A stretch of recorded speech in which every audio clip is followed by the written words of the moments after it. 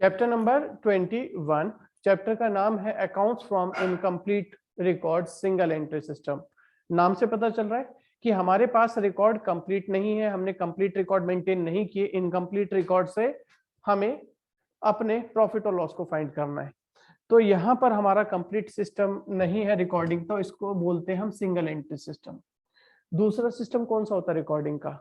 Double entry system. Double entry system में हर एक ट्रांजैक्शन की दो एस्पेक्ट रिकॉर्ड की जाती थी, डेबिट और क्रेडिट, लेकिन यहाँ पर कंप्लीट इंफॉर्मेशन आपके पास में नहीं होती। ये सिस्टम नॉर्मली यूज किया जाता है छोटे बिजनेसमैन के द्वारा, ठीक है, सोल प्रोप्राइटर या टिनी बिजनेस हाउसेस ये मेथड यूज करते हैं। Accounting record that are not maintained according to the double entry system are known as the accounts from incomplete record or single entry system. इसको हम कह सकते हैं a system of bookkeeping in which as a rule only the record of cash and of personal account are maintained.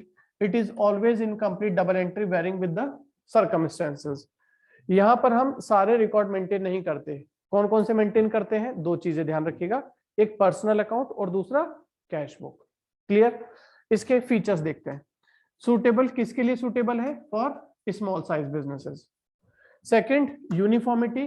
यहाँ पर काम करने का कोई फिक्स्ड मेथड नहीं होता, हर एक पर्सन अपने अपने तरीके से अपनी कन्वीनियंस के अकॉर्डिंगली रिकॉर्डिंग करता है, ठीक है। तो यहाँ पर कोई हमारा यूनिफॉर्मिटी नहीं होती रिकॉर्डिंग की।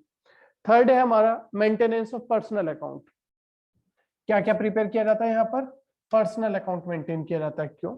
आप देखते हैं आपके आस पड़ोस में कोई छोटी शॉप होती है, वहां पर जाते हैं तो उसके काउंटर पर एक रजिस्टर पड़ा रहता है हमेशा, ठीक है। उसके अंदर बेसिकली वो क्या चीजें रिकॉर्ड करता है? किसी से उधार पर सामान खरीदा, उसका नाम लिख लेगा, पेज पर ऊपर नाम लिखा रहता है, ठीक है, और नीचे डेट वाइज, इससे आज मैंने इतने का सामान परचेज किया, इस डेट को इतना परचेज किया, इस डेट को इतनी पेमेंट कर दी, इसको अब इतना बैलेंस बचा हुआ है। तो वो क्या मेंटेन कर रहा है? Personal account. किसी को उधार पर सामान सेल करता है तो उसका भी नाम लिख लेता है, उसी रजिस्टर में उस पर्सन का भी नाम लिख लेता है कि मैंने इससे कितना पैसा लेना है, ठीक है। तो किस पर्सन से कितना अमाउंट रिसीव करना है, किस पर्सन को कितना अमाउंट पे करना है, ये तो पता होना ही चाहिए बिजनेस में। और इसके लिए क्या बनाए जाते हैं? पर्सनल अकाउंट बनाए जाते हैं। फोर्थ है maintenance of cash book. Cash book prepare करते हैं ये लोग, और इनकी कैश बुक में personal as well as business दोनों ट्रांजेक्शन्स मिक्स होती हैं, ठीक है। शॉपकीपर ने शॉप का रेंट दिया, वो भी लिख दिया, उसी दिन उसने घर का इलेक्ट्रिसिटी का बिल दिया, वो भी उसी में लिख देगा कि मेरी शॉप से इतना कैश गया। वो शॉप को जानता है कि यहाँ से इतना कैश जा रहा है, इतना कैश आ रहा है, तो उसके अंदर वो business as well as personal दोनों ट्रांजेक्शन्स मिक्स करते हुए चलते हैं। जो भी ट्रांजेक्शन्स रिकॉर्ड की जाती हैं वो किसके ऊपर डिपेंड होती है? On the basis of original vouchers. Difficulty in preparation of final account, क्योंकि हमारे पास कंप्लीट इंफॉर्मेशन तो है नहीं, तो इसलिए फाइनल अकाउंट बनाने में, प्रॉफिट और लॉस फाइंड करने में मुश्किल रहती है। एडवांटेजेस क्या है सिंगल एंट्री सिस्टम के? सबसे पहले ये हमारा सिंपल मेथड है, बहुत आसानी से प्रॉफिट और लॉस मिल जाता है, हमें P&L अकाउंट बनाने की जरूरत नहीं, वो एडजस्टमेंट्स करते थे ना, वो करने की जरूरत नहीं है। लेस एक्सपेंसिव, अब ज्यादा एक्सपेंसिव मेथड तो अडॉप्ट कर नहीं सकते, छोटे बिजनेसमैन है तो ये मेथड बहुत सिंपल होता है, लेस एक्सपेंसिव होता है। Suitable for small businesses. इस मेथड के अंदर प्रिंसिपल ऑफ बुक कीपिंग की नॉलेज की कोई रिक्वायरमेंट नहीं है, प्रॉफिट और लॉस आपका इजीली मिल जाता है। डिसएडवांटेजेस क्या है बच्चों इस मेथड के अंदर? अर्थमेटिकल एक्यूरेसी आप प्रूव नहीं कर सकते। अर्थमेटिकल एक्यूरेसी किस स्टेटमेंट से प्रूव की जाती थी? आप उस स्टेटमेंट का नाम बता सकते हो डबल एंट्री सिस्टम के अंदर? Very good. ट्रायल बैलेंस से आप अर्थमेटिकल एक्यूरेसी चेक कर लेते थे, दोनों साइड इक्वल आ रही हैं तो हाँ जी हमारी अर्थमेटिकल एक्यूरेसी ठीक है, और वो आपको हेल्प करता था फर्दर प्रॉफिट एंड लॉस और बैलेंस शीट बनाने में। यहाँ पर क्योंकि हम कंप्लीट रिकॉर्ड ही नहीं बना रहे, जर्नल ही नहीं बनाया, तो लेजर भी नहीं बनेगा, लेजर नहीं है तो लेजर से ही तो हमारा ट्रायल बैलेंस बनता था, ट्रायल बैलेंस भी नहीं बन पाता। No control over the assets, assets का रिकॉर्ड नहीं है तो इसलिए उनके ऊपर कंट्रोल भी नहीं होता। प्रॉफिट और लॉस पता तो चलता है बट करेक्ट प्रॉफिट और loss can not be ascertained, only estimated amount of profit आपको पता चलता है यहाँ पर। Financial position of the business can not be assess, business की फाइनेंशियल पोजीशन जानने के लिए क्या बनाते हैं हम लोग? Balance sheet. Very good, balance sheet बनाते हैं। यहाँ पर बैलेंस शीट के अंदर एक्चुअल अमाउंट, एक्यूरेट अमाउंट्स नहीं होते, एस्टिमेटेड अमाउंट्स होते हैं, तो वहां पर भी हमें करेक्ट फाइनेंशियल पोजीशन पता नहीं चल पाती। No internal check is possible, क्योंकि यहाँ पर काफी सारे एरर्स रह जाते हैं, काफी सारी इनकम्प्लीट एंट्रीज रह जाती हैं। Difficult to ascertain the value of business, मतलब कैपिटल कितनी है उसको फाइंड करना मुश्किल होता है। ये इनकम्प्लीट और अनसाइंटिफिक सिस्टम है। यहाँ पर आप करंट ईयर की परफॉर्मेंस को प्रीवियस ईयर की परफॉर्मेंस के साथ कंपेयर करना चाहते हैं तो मुश्किल होता है, आपके पास में प्रॉपर रिकॉर्ड्स नहीं है। यहाँ तक कोई प्रॉब्लम इसके अंदर? अब इम्पोर्टेंट चीज, अब इम्पोर्टेंट देखिएगा, यहाँ पर हम डिफरेंस देखेंगे डबल एंट्री सिस्टम और सिंगल एंट्री सिस्टम के बीच में। डबल एंट्री सिस्टम में हर एक ट्रांजेक्शन के आप दो एस्पेक्ट रिकॉर्ड करते थे, one is to be debited, another is to be credited. लेकिन सिंगल एंट्री सिस्टम में हर एक ट्रांजेक्शन के दोनों एस्पेक्ट रिकॉर्ड नहीं किए जाते।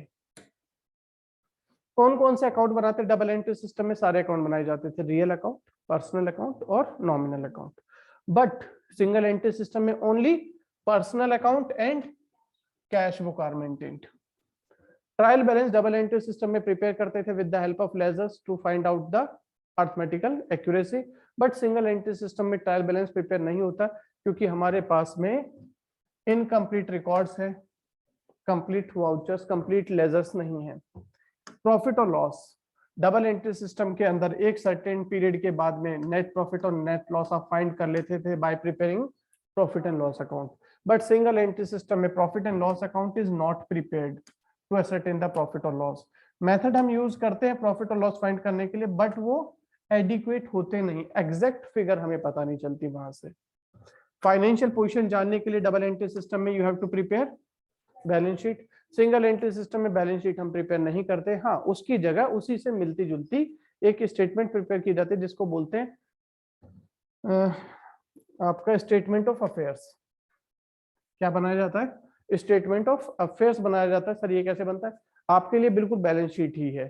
फर्क क्या है सर बैलेंस शीट और स्टेटमेंट ऑफ अफेयर्स में? बैलेंस शीट के अंदर जो भी वैल्यूज आती थी एसेट्स और लायबिलिटीज की वो बिल्कुल एक्यूरेट होती थी, लेजर से ट्रायल बैलेंस से होती हुई आती थी। यहाँ पर जो भी वैल्यूज होंगी स्टेटमेंट ऑफ अफेयर्स के अंदर एसेट्स और लायबिलिटीज की, वो सभी एस्टिमेटेड वैल्यूज होती हैं। एडजस्टमेंट्स डबल एंट्री सिस्टम में आप एडजस्टमेंट्स करते थे while preparing the final account, जो जिसने परेशान किया था आप लोगों को। बट सिंगल एंट्री सिस्टम में एडजस्टमेंट्स नहीं की जाती। Double entry system can be use by almost all the business houses, सभी चाहे तो यूज कर सकते हैं। आजकल तो आपने देखा छोटी सी टी शॉप में भी जाओगे तो वहां भी कंप्यूटर लगा होता है, सभी ट्रांजेक्शंस की रिकॉर्डिंग होती है, तो वो चाहे तो वो भी बन सकता है। बट सिंगल एंट्री सिस्टम को सिर्फ कौन यूज कर सकता है? इन्हीं business houses. Double entry system से बनाए गए रिकॉर्ड ऑथेंटिक होते हैं, बट सिंगल एंट्री सिस्टम से बनाए गए रिकॉर्ड ऑथेंटिक नहीं होते। क्लियर हो गया है यहाँ तक?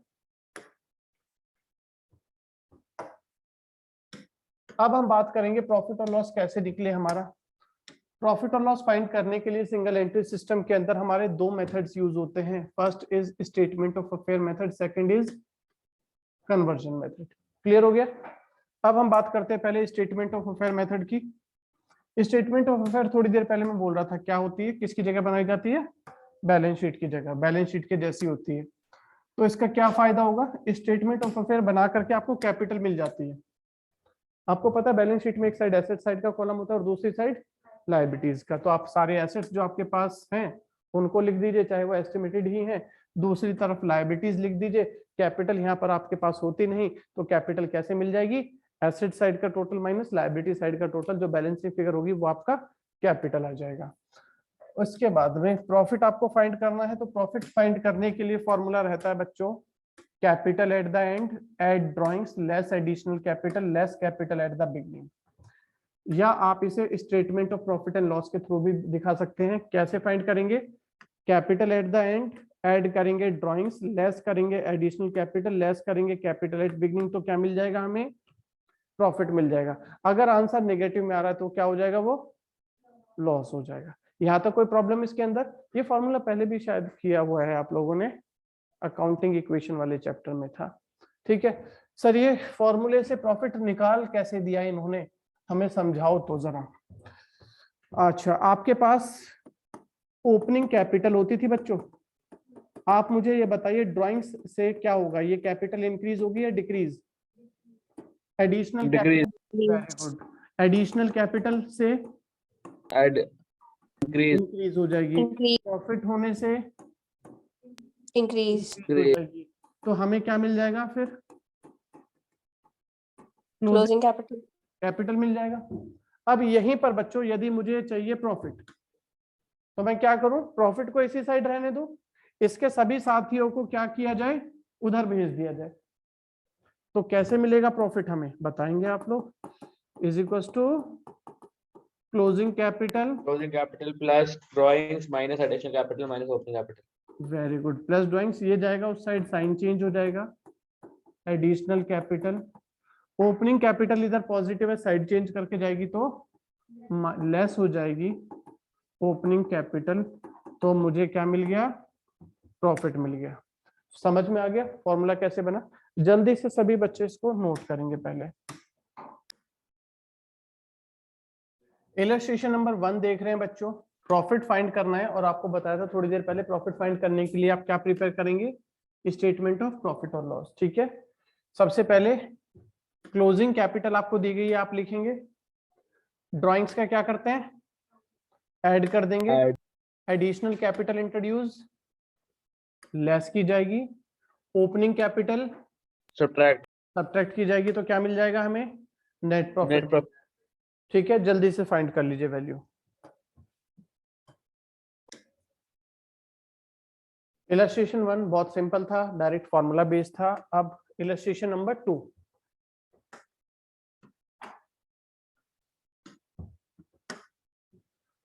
इलस्ट्रेशन 2 देख रहे हैं। Sunil who keeps his book on single entry system informs that his capital on 31st March 21 is 1,87,000। His capital on 1st April 2020 is 1,92,000। ये दोनों वैल्यूज क्या हैं?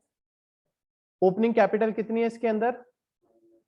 1,92,000 और क्लोजिंग कैपिटल कितनी है? 1,87,000। आगे पढ़िए। He further informs that he withdrew for the household purpose 84,200. This is your drawings. He आगे पढ़ो बच्चों, यहाँ पर परेशानी आती है, ध्यान देना। He once sold his investment of rupees 20,000 at 2% premium. Premium मतलब profit.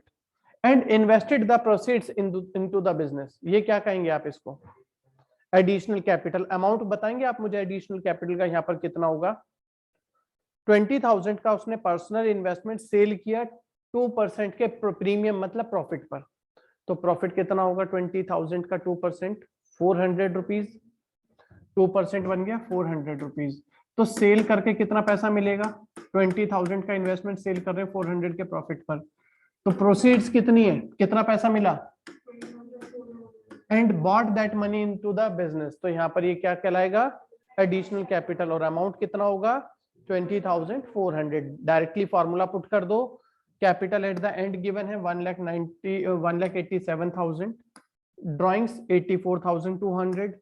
एडिशनल कैपिटल आ जाएगी 20,400। ओपनिंग कैपिटल लेस कर दो, नेट प्रॉफिट आपको मिल जाएगा। जल्दी से करेंगे। इलस्ट्रेशन 2 हो गया। अब सभी बच्चे ध्यान देंगे इधर, इलस्ट्रेशन नंबर 3 पर। इधर देखिए बच्चों, आप Sanjay started his business on 1st April 2020 with the capital of 10,000। क्या गिवन है यहाँ पर? ये ओपनिंग कैपिटल गिवन है।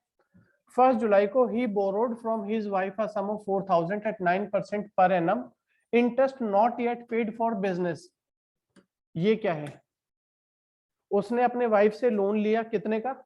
4,000 का 9% पर एनम के इंटरेस्ट पर, और इंटरेस्ट अभी तक पे नहीं किया है, और वो पैसा ला करके बिजनेस को दिया। तो ये नहीं, एडिशनल कैपिटल जब तक बोला नहीं जाएगा तब तक नहीं कहेंगे। ये लोन हो गया। बोरो मतलब क्या हो गया? बिजनेस के लिए उधार लेके आया है, तो लोन मतलब लायबिलिटी हो गई। ठीक है, और इसके ऊपर इंटरेस्ट नहीं दिया तो वो भी लायबिलिटी हो गई। आगे चलते हैं। एडिशनल कैपिटल हमें गिवन है 1,500। ठीक है बच्चे, 31 मार्च को इसको कैपिटल देनी चाहिए थी ना हमें, इसने नहीं दी। इसने क्या बताया हमें? 31 मार्च को उसकी पोजीशन क्या है? कैश है, स्टॉक है, डेटर्स है, क्रेडिटर्स है, और 2,000 की ड्राइंग्स दे दी नीचे। अभी तक क्वेश्चन आपने 2 किए थे, इससे पहले दोनों क्वेश्चन में आपको ओपनिंग कैपिटल भी गिवन थी और क्लोजिंग कैपिटल भी गिवन थी, बट इस क्वेश्चन में आपको सिर्फ ओपनिंग कैपिटल गिवन है। क्लोजिंग कैपिटल की जगह इसने क्या दे दिया हमें? बहुत सारे एसेट्स दे दिए। और बहुत सारी लाइबिलिटीज दे दी। और आपको पता है कैपिटल निकालने का क्या तरीका था, एसेट्स माइनस लाइबिलिटीज। ठीक है, तो उसके लिए हम क्या बनाएंगे, थोड़ी देर पहले बात हो रही थी, स्टेटमेंट ऑफ अफेयर्स बनाएंगे एज एट, ध्यान इधर बच्चों सभी का, एज एट 31 मार्च 2021 की। इसी डेट की वैल्यू चाहिए ना आपको क्लोजिंग कैपिटल की, तो इसी डेट के आप स्टेटमेंट ऑफ अफेयर बना रहे हैं। इसके अंदर क्या क्या पुट करेंगे, इस डेट का कैश 600, स्टॉक 9400, डेटर्स 7000 लिख दिया।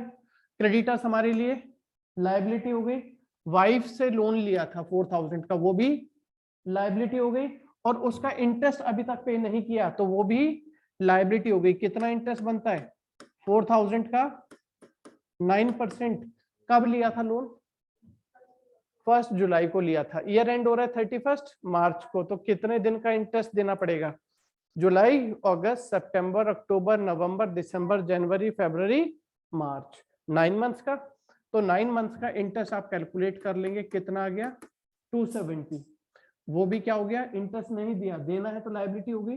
तो टोटल लोन अगेंस्ट वाइफ कितना हो गया हमारे ऊपर, 4000 लोन का, 270 देने हैं लोन इंटरेस्ट के, तो टोटल लोन 4270। एसेट्स का टोटल कर लीजिए, 9 और 7 16, 17,000 में से माइनस कर दो 6 4 10,000 270, तो क्या बच गया 6730। ये क्या कहलाएगा, एसेट माइनस लायबिलिटी क्या कहलाएगा, कैपिटल।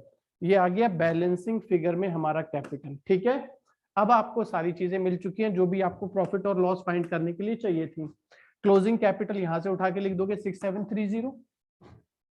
ड्राइंग्स क्वेश्चन में ऊपर है, कितनी है 2000 ऐड कर देंगे। एडिशनल कैपिटल कितनी थी 1500 लेस कर देंगे।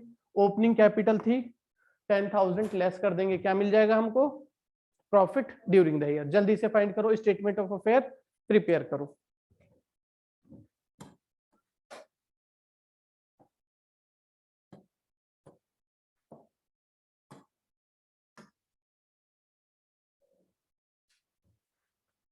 इलस्ट्रेशन नंबर 4,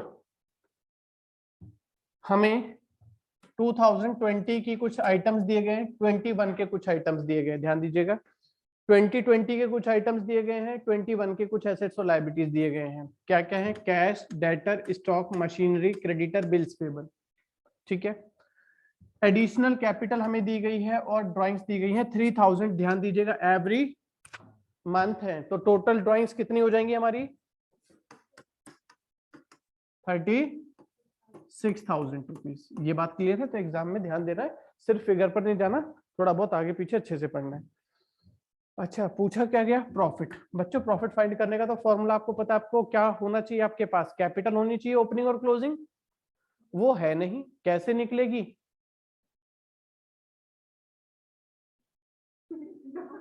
बताओ कैसे मिलेगी बच्चों कैपिटल, एसेट माइनस लायबिलिटी, और उसके लिए क्या बनाते हैं आप लोग, स्टेटमेंट ऑफ अफेयर्स बनाते हैं। ठीक है, ये देखिए इधर देखो, नहीं आ रहा समझ में तो 2020 का आप क्या बना रहे हैं, statement of affairs as a 31 March 2020। यहाँ पर कैश, डेटर्स, स्टॉक, मशीनरी किधर लिख दिया आपने, एसेट्स में लिख दिए। सारे एसेट्स का टोटल कितना हो गया 1,34,000, समझ में आ गया। दूसरी तरफ क्या है आपके पास, क्रेडिटर्स किधर लिख दिया, लायबिलिटीज में। कैपिटल कैसे मिलेगा, एसेट्स का टोटल माइनस लायबिलिटीज, 1,34,000 माइनस 15,000, क्या मिल गया बच्चों, हमें क्या मिल गया, कैपिटल मिल गई। और ये कैपिटल हमारी किस डेट की मिली है, हमें 2020 की मिली है, तो हम इसको कौन सी कैपिटल बोलेंगे, ओपनिंग कैपिटल। मुश्किल काम तो नहीं है, समझ में आ गया। वैल्यूज आपके पास दी गई थी, सिर्फ कहाँ पुट की, स्टेटमेंट ऑफ अफेयर्स में। इतना तो आप पहचान लेंगे, एसेट्स क्या है, लायबिलिटी क्या है, बस इतना ही करना है, हो गया।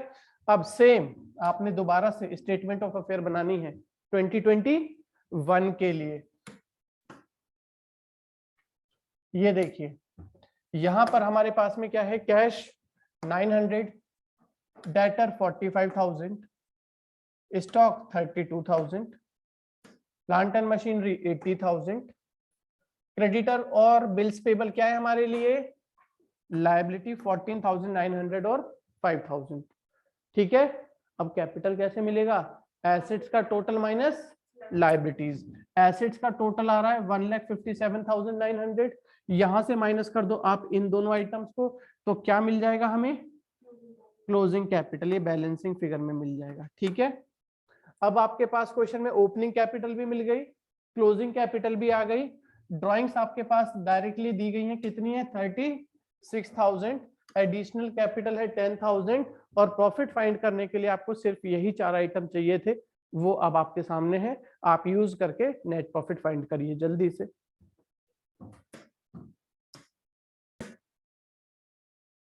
ऊपर से हमने कैपिटल निकाल ली है, ओपनिंग और क्लोजिंग।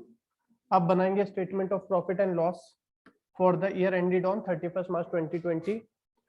क्लोजिंग कैपिटल हमारे पास है 1,38,000, ड्राइंग्स ऐड कर देंगे, एडिशनल कैपिटल लेस करेंगे, ओपनिंग कैपिटल लेस करेंगे, तो क्या मिल जाएगा बच्चों में?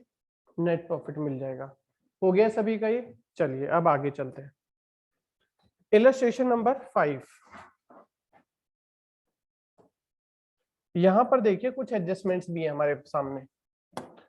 याद रखिएगा एडजस्टमेंट कोई भी होगी वो सिर्फ क्लोजिंग स्टेटमेंट ऑफ अफेयर को अफेक्ट करेगी, ओपनिंग स्टेटमेंट ऑफ अफेयर को नहीं। ठीक है, यहाँ पर देखिए, Kumaran a trader does not keep proper books of account, he furnishes the following particulars. 2020 को आपके पास एसेट्स और लायबिलिटीज की इंफॉर्मेशन है, 21 के लिए भी आपके पास एसेट्स और लायबिलिटीज की इंफॉर्मेशन है। क्या बनाना पड़ेगा? स्टेटमेंट ऑफ अफेयर्स बनाना पड़ेगा। एसेट्स लिखिए, लायबिलिटीज लिखिए, एसेट माइनस लायबिलिटी करके क्या मिल जाएगा? कैपिटल। आगे पढ़िए, एडिशनल कैपिटल 6,000 गिवन है, विड्रॉल यानी कि ड्राइंग्स 4,000 गिवन है, और आगे है डेप्रीशिएशन है, फर्नीचर का 10%, ऑफिस इक्विपमेंट का 5%। ये हमारी एडजस्टमेंट है।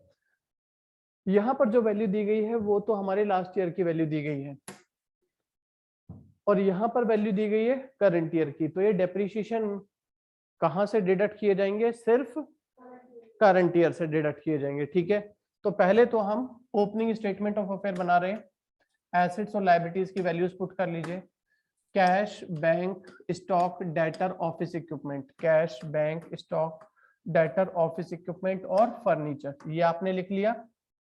4,500, 300, 40,000, 12,000, 5,000, फर्नीचर है 4,000। क्रेडिटर्स हमारे आगे लायबिलिटी साइड में, एसेट्स का टोटल किया, लायबिलिटी माइनस की, 65,800 से माइनस किया 30,000, तो क्या आ गया हमारे पास? कैपिटल आ गया। कोई परेशानी किसी बच्चे को?